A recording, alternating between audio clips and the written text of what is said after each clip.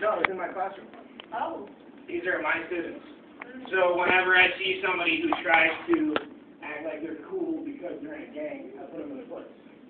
Because all they are cowards, so I'm not going to be afraid of them. I will not cower from them. I will stand up and toe the line, and if they back down, they back down. If they don't, then we're going to step outside and have a good time. That's how I decided to handle it. Okay, I also worked with a teacher who had been shot by one of his kids. One of his students shot him. This guy ran him down in the parking lot, bulldogged him, and knocked him out. Called in the paramedics and the cops. When they got there, he was sitting on his student. He had the gun in hand, and he was bleeding. Oh my gosh, how did you That was one of my mentors when I was at Flint Southwestern Academy. That had a major impact on the way that I decided to handle these situations when they come up. Yeah. Well, the kid shot the teacher, and the teacher turned and ran him down and kicked the crap out of him and knocked him out. And he still has his job. Of course. And he was He got He got shot. Yeah, he got shot through. It missed the kidney, but it went through and through. Oh. So it missed all the vitals. The dude was dumb enough to use full metal jackets, which is what everybody thinks is cool, but it guarantees that you're not going to kill anybody unless you hit the heart or a lung.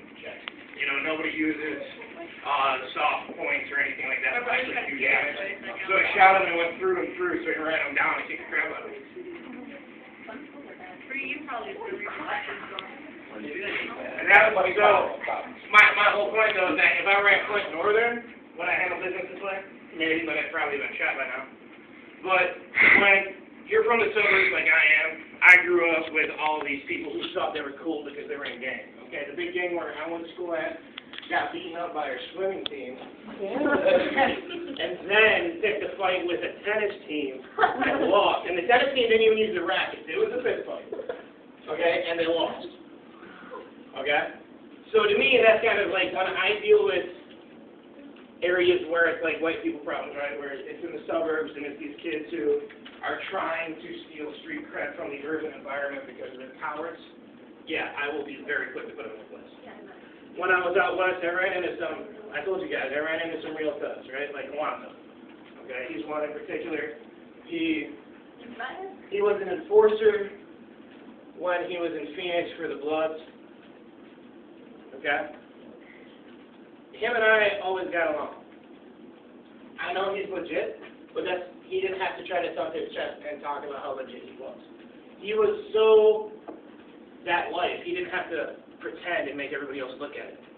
He would just stand up and say, stop. And you did. Okay? That's a real thug. 90% of what you need isn't that. It's the look at me, I'm not strong enough to stand on my own 2 feet. That's who I put in their place. With him, I never had to. We never had a crossword. It was always say hi to each other, high fives in the hallway. They were cool.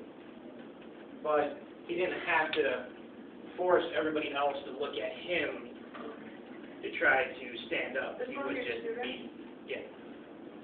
And last time I heard, he moved back to Phoenix, and I think he's like a lieutenant in the Bloods. Not clean rock.